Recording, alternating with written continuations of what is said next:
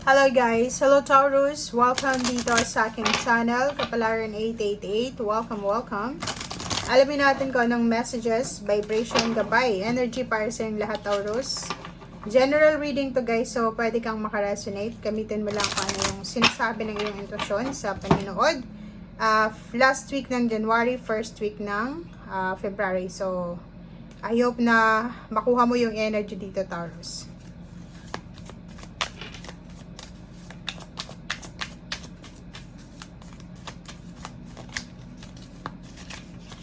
Oops, manifesting dreams. My dreams are coming true. Wow. So, ano ba yung minamanifest mo? Ano ba yung pinapangarap mo, Taurus? Kasi sinasabi ng barahan na to na nandun ka sa sitwasyon na lahat ng minamanifest mo ay gagawin mo talaga. Yung parang hahanapin mo yung daan papunta sa manifestation ng iyong dreams. Or, sinasabi ng barahan na isa sa mga manifestation mo ay posibleng magkatotoo sa linggong ito. Okay, Taurus. Okay, higher self, spirit. Kumuha tayo dito guys ng 4 cards or 3 cards. First one, cycle, new beginnings. And friends and colleagues.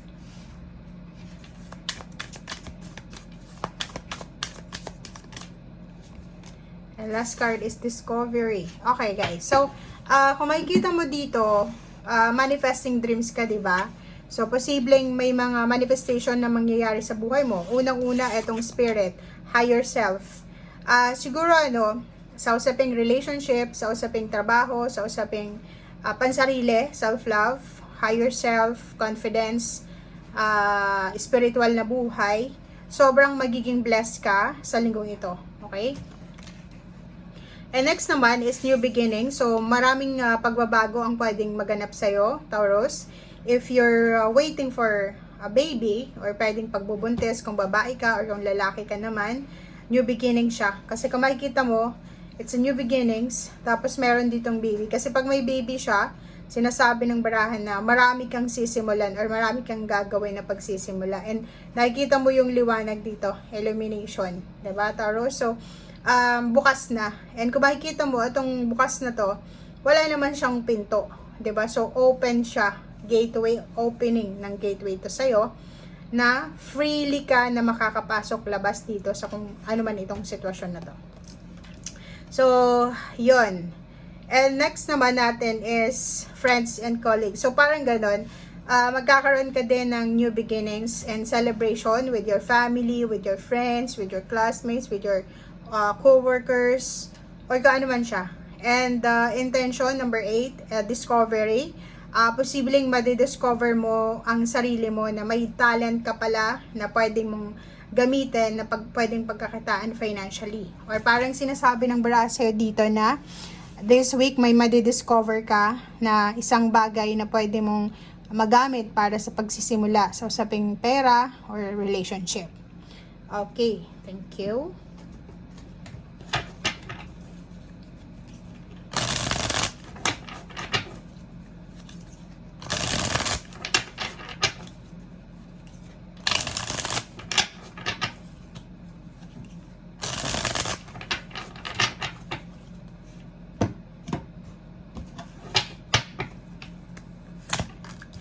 Okay, so etong Ace of Cards, Ace of Swords, and then manifestation, it's a blessing siya. So, good fortune, good luck. And kung makikita mo dito, may new beginning. So, it's a confirmation, guys, na you are very, very blessed pagpasok ng February or pagpasok ng 2024 sa'yo. Kasi, yung New Year talaga, sa Chinese New Year, magsisimula talaga siya sa month ng February. So, dito, sinasabi ng barahan na maraming good news na tungkol sa pagsisimula. Maraming new beginnings, maraming good news, maraming good fortune, good luck, information, confirmation na pwede mong, kumbaga, pwedeng makatulong sa'yo.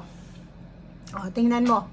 Kung makikita mo dito, ang barahan mo, Taurus, ang dami-daming balita. Maraming magandang balita na pwede kang makuha tungkol sa pera. Pwedeng pagkakitaan. So, ibig sabihin niya, if ever man na hindi pa to sa ngayon, ang balitang ito is pwedeng makatulong sa'yo para sa iyong financial new beginnings, new beginnings para sa iyong buhay, pamilya, relationship, or pwedeng higher self lang, or pwedeng sa future mo.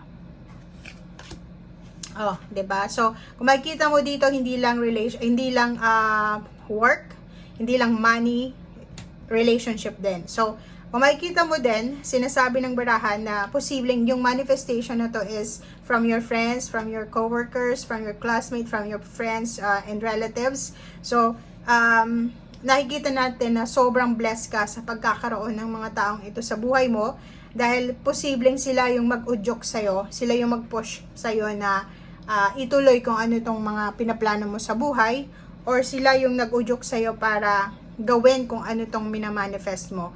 So, nakikita natin, may iba ditong relationship na magsisimula, mayroong mga reconciliation, mayroong progress, level up ng relationship, may kakasal, may bubuo ng pamilya, may from single to in a relationship, and from in a relationship to married life, parang ganon. Okay, so Page of Cups, and then 8 of Cups. So, nakikita ko sa'yo dito na may iba dito sa inyo, Taurus, na pwedeng mag-offer sa inyo ng love and protection, support, financial or emotional. But, nakikita ko rin sa'yo dito na parang hindi ka interesado. So, if ever man na may mag-offer sa'yo ngayon ng support, like financial support or emotional support, make sure na tanggapin mo yan. Kasi nandun ka sa 8 of Cups Parang you're moving on, relocation, travel, and baka may mga, yun nga, yung sinasabi sa'yo dito na new beginnings, buksan natin ang ating puso, ang ating sarili sa mga magsisimula sa buhay natin. So, ano man itong i-offer sa'yo, kahit sabihin mo na, hindi ko gusto yung ino-offer niya, hindi ko gusto yung trabahong gusto yung ibigay sa akin, make sure daw na tanggapin natin ito. Okay? So, yun, Hierophant, diba? So, nakikita ko sa'yo dito na parang meron sa inyo ditong mga Taurus na maraming nagbibigay ng mga point of view, advices, criticism sa inyo. So, if ever man na may magbigay, like emotional advice, tanggapin mo siya. Okay? Kasi may tendency ka na hindi mo tanggapin yung ino-offer sa yung help, emotional help or financial help, dahil sa ayaw mo or dahil sa pride mo siguro. So, mas pipilian mong magpakalayo-layo na lang. So, which is wrong daw. And High Priestess, makinig ka sa sinasabi ng iyong intuition. Dahil, pag ginawa mo na naman yung iyong, kumbaga, decision making according sa kagustuhan mo, na hindi mo pinapakinggan kung ano yung sinasabi sa'yo ng intuition, talagang hindi mo makukuha yung minamanifest mo. So, make sure na makinig tayo sa ating intuition, i-weigh natin yung circumstances, and yung mga choices mo sa buhay, kailangan mo siyang wag madaliin. Okay? And King of Wands, maging mas masipag, mas motivated. And doon mo daw makukuha yung emotional and financial prosperity and happiness sa decision making na yan. Okay? Thank you guys. Bye!